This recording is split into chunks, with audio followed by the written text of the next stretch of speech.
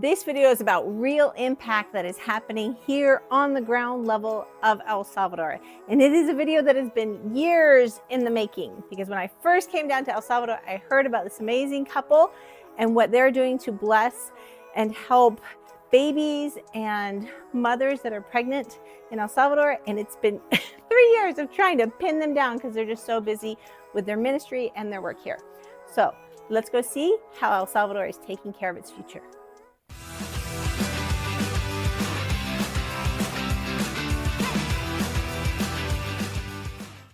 I would like to introduce you guys to Miss Kristen and Mr. Julio Castro. And they are the founders of PEN, which stands for Providing Essential Nutrition. And to kind of sum up for the US people here, it's very similar to WIC, if you've ever, which stands for Women, Infants, and Children, which is a government program in the US, but down here, there's nothing like that. So they provide healthy food packages to women that are pregnant or have had a baby within the first year, and also to the babies themselves from 0 to 5 years of age, just to make sure that in this most important time, they have the nutrients that they need. And instead of just telling you about it, Kristen and I are going to show you exactly what they do and take you along on a visit to deliver one of the food boxes to one of their families. And in the meantime, Julio is going to give you guys a little bit of the background of how this even all came about and how this got started, because you're Salvadoran. 100%, yes. 100% Salvadoran, and you were in the States, but you came back. You felt called to come back. How, why, and how? How did this all come about? We didn't have too much resources in US, and we had the first kid. We had 2 kids in total, but the first one, we didn't have too much resources, and we find that that program was helping people with low resources. So that was perfect time for us, and that was a huge blessing for my family. So years and years they've been helping us in those times. So, and then we started serving in the ministry in the US with Hispanic families. I was sharing with them that they can use that resources too. And in the Hispanic family, they were so glad to be part of that program. So years and years after, we feel like, hey, this is something that we can do in El Salvador. And that happened when we feel like it was the perfect time to come back to El Salvador. You know, after experience in the United States, that there is so many programs to help people like me, Salvadorian, and in the not too many resources. Hey, that would be perfect in my country. And we talked with my wife about this, the plan, and we decide to go back to El Salvador. Hey, about 20 years in US, we didn't have a lot of resources, but enough to live our lives. So we come back to El Salvador because in my childhood, I didn't have nothing, literally. We were 7 kids in my family, plus my parents, so the poverty was very huge. I didn't have enough shoes or shoes to go to the school. And I remember I was in trouble with my dad because when I finally get my first pair of shoes, I like to play soccer. But you know what? I wasn't able because the only pair of shoes, it would be destroyed easy. So that's why my childhood, we didn't have enough resources. But thanks God, we are here. But that is keeping me to a heart to share now, or to be like a bridge of helping those families that I see myself in those times. So that's why when we decide to come back to El Salvador, we decide to be probably like a hands or shoes from so many families here in this country. And we try to put the answer in those needs from families, especially in the rural area. There's so many rural areas around El Salvador, and it's like all Latin America. But that was part of the reason why we decided to invest in those families, because I see myself when I was a little boy. And that's what, thanks God, my wife shared the same heart with me, and now we are like a blessing for those lovely families. So that's what we do, because we feel the love of God inside of us, and we see the answer, the support, the blessing from God. Now we want to do the same thing, to bring God through action to those lovely people who need our help. So that's part of the story, why we do what we do. Thank you so much for sharing your awesome inspirational story, because it's true. I mean, no human can sit there and look at the suffering of another human and not think for a moment, what if that was me? Because, it's the luck of the draw of where you're born, what country, what family, what socioeconomic status, and to sit there and put yourself as separate from somebody else and think, hey, that could have been me, it almost makes you not human Yes, to not that's true. face that reality. So we have 2 boxes ready to go. So this is a 1-month box. For what? For a mom and a baby, or? This one is for a mom, and then this one is for a baby. So you started with providing the nutrition for them, but then what happened next? Like, what was the next? How did things branch? Because things always grow. I mean, even with my channel, just from my subscribers commenting to me, I mean, most of my services have come from what I see and what they need. Exactly. Well, originally, like we were saying, that we started with the food and nutrition. We saw a need and we wanted to fill it. And so we started bringing food to the families. The idea originally was that they were going to come to us. We were going to have a little shop there. We would have different workshops and give their food there. However, we realized that the main need is the families who are kind of forgotten. They're the ones that are up in the mountains. They're super far to get to. They're having to hike down an hour and a half down to town. So how are we going to send them with this box? Especially when it's often single moms. The majority of our moms are single moms or teen moms. And so we can't expect them to come to us. So we started going to them. And the good thing is then we see the need that they have beyond nutrition. Our primary goal is to keep families healthy, that they have a healthy pregnancy, they have all the nutrition that they need so that they don't have any diseases or anything that might develop or delays. And then when baby's born, that they have enough nutrition to grow strong. And we know that the first 5 years of life is where they are most growing in their bodies and their minds. And so we want them to have the best start at life. However, when we go to their families and their homes, we see that they have other needs. Maybe they have leaks in the roof. They don't have electricity, so they need solar panels. And that has been a great hidden blessing, being able to go to them. It's changed up things a little bit, made it a little bit more interesting for us, but it's been worth it. We also saw that many times that babies didn't have a bed or a place to sleep. We know that many moms co-sleep, which is fantastic. However, if they need something other than a box, maybe, which is where they were putting their babies, we wanted to provide tools such as a baby bathtub that would have some gifts. So that's how the baby bathtub started? Here is our gifts to mom and baby when they were born. A little bear with the pin logo right here, a little blanket, some diapers, some different tools, to take their temperature, some nursing items to help them with that, some little clothes, some coffee for mom because we know mom's exhausted. And that's very important. That's very important. And some cloth diapers? Yes, cloth diapers. Oh, awesome. And we realized that a lot of the moms none of our moms have transportation. So they're walking many, many miles, hiking, and that would be very, very difficult holding a baby. So we started giving them little baby backpacks that they can put on their backs with the baby on it. Oh, yeah. This is another tool. I lived with my ergo. Yes. Especially if you have more than one, if you have a toddler or something. You've got to baby wear. Yes, you have to baby wear the little one so you can get anything done. You know, mom is doing 1,000 different jobs in the home. And so just to be able to wear baby and get things done, we thought it was a great little tool to help mama out. That's awesome. Yes. I mean, that's like the basics of it's like the basic essentials of what every mom really needs to make sure that the baby can thrive. Exactly. Because, I mean, there's some things that and I just have to say this, my own 2 cents, and this is my channel, so I can. Do it. As I'm like, sometimes I see these and I see disposable diapers and I see formula. And I'm like, okay, why are we making them dependent on another consumable?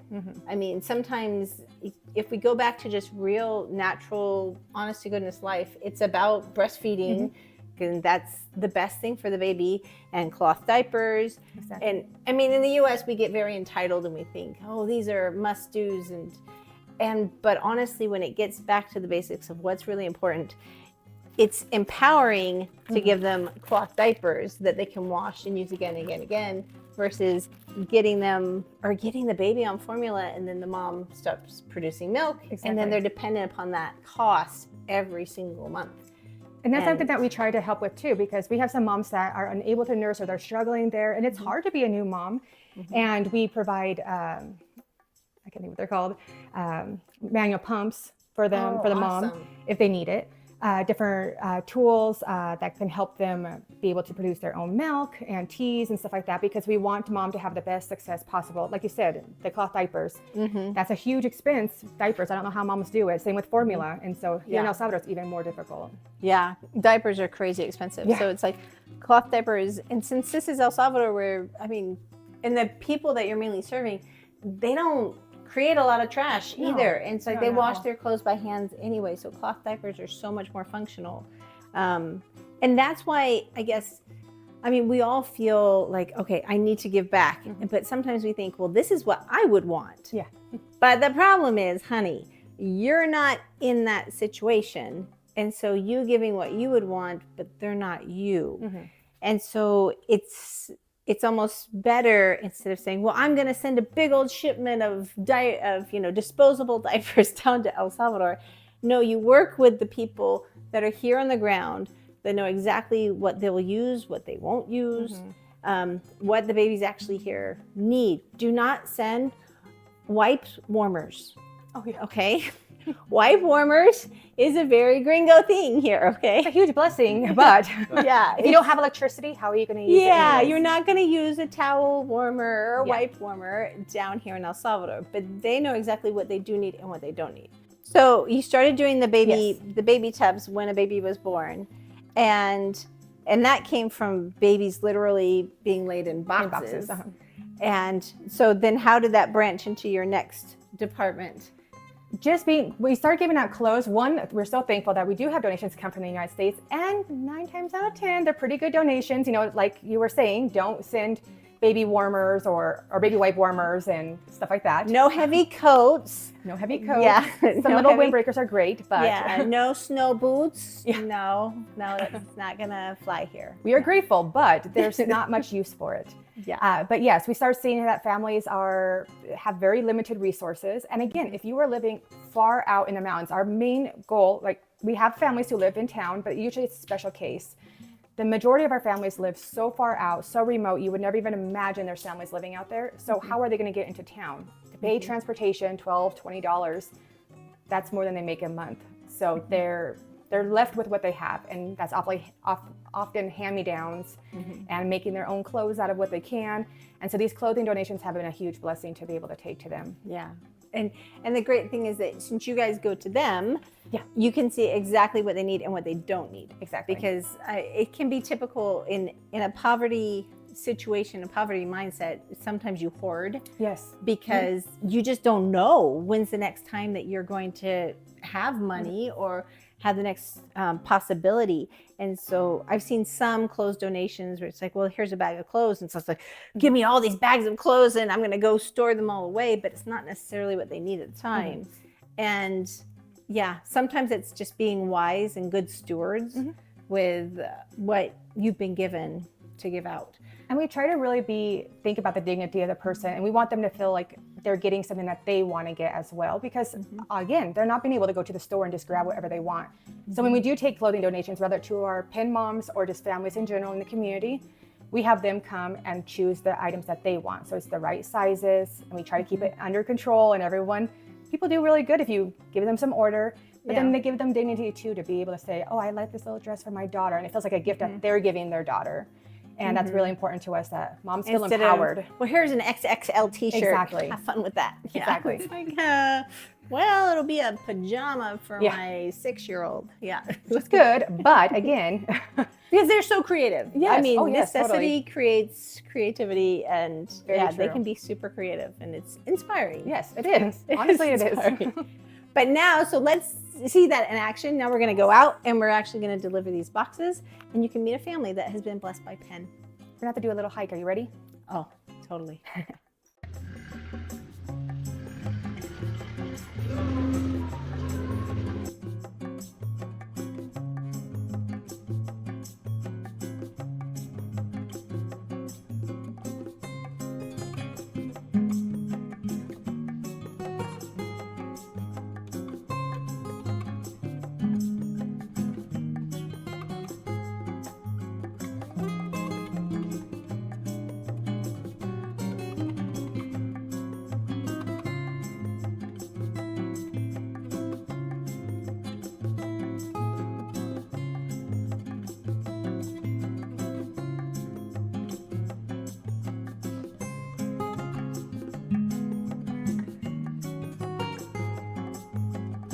I want to introduce everyone to Cecilia, this beautiful mom who is so strong. She actually recently moved here to this area. She used to live down by the river, and it was even a bigger trek to get down to her.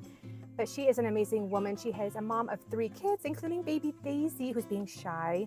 But she will turn 2 this week, and so she is our oldest pen baby. And you can see how healthy she is, nice and plump. She's doing really good. Doctors are really pleased with her growth, and we are just so incredibly thankful for the opportunity that you have given us, the sponsors who have given us, to be able to have this blessing for this family. She's a newly single mom, and so she's going through some very difficult times, but she's strong, and she has a whole team of people around her. And that's what it's really about. It's about it. It's not about, oh, well, you're enabling people, or like they won't work for it or something like that. No, it's about, look, this is such an important time in life that we have to support. So look at how wonderfully big and healthy she is. She's about to turn 2. Yep, this week. She's about to turn 2 this week, and she is like high on the Salvadoran percentiles.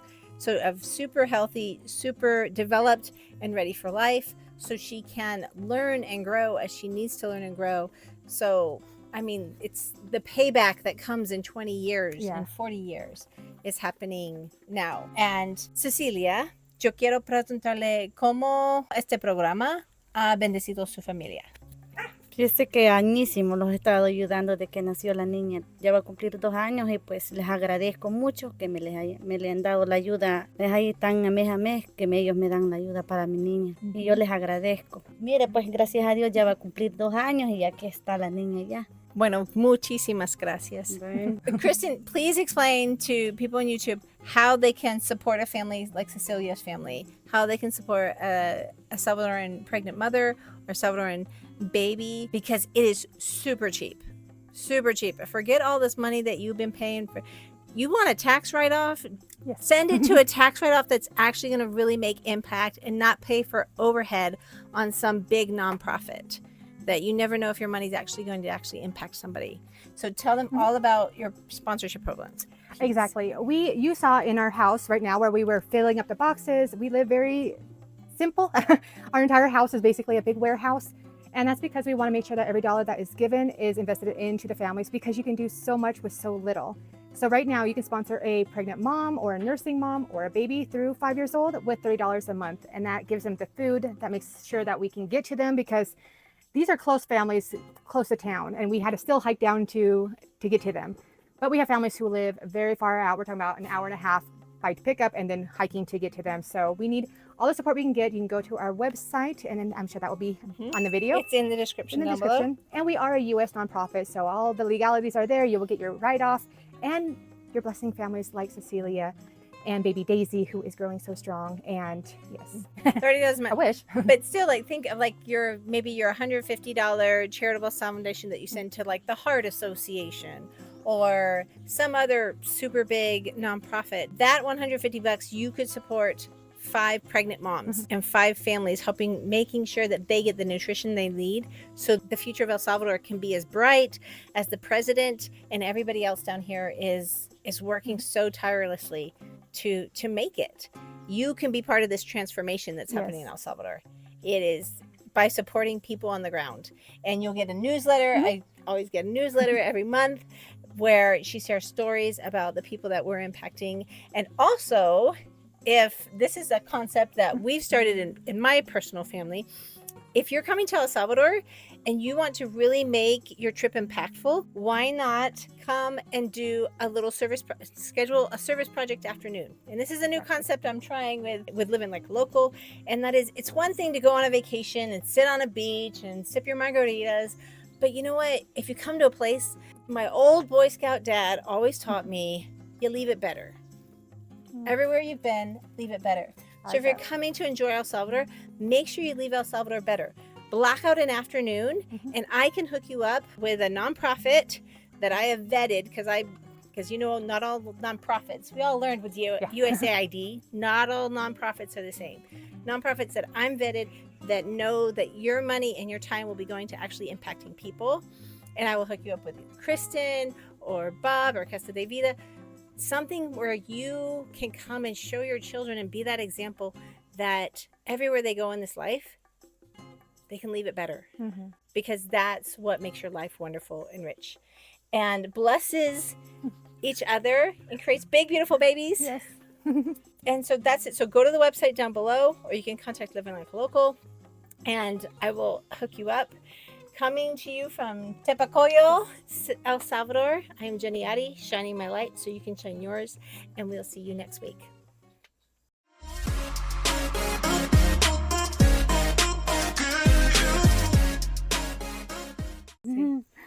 Entonces, si ustedes quieren, Spanish, English, sorry. Bilingual So poems.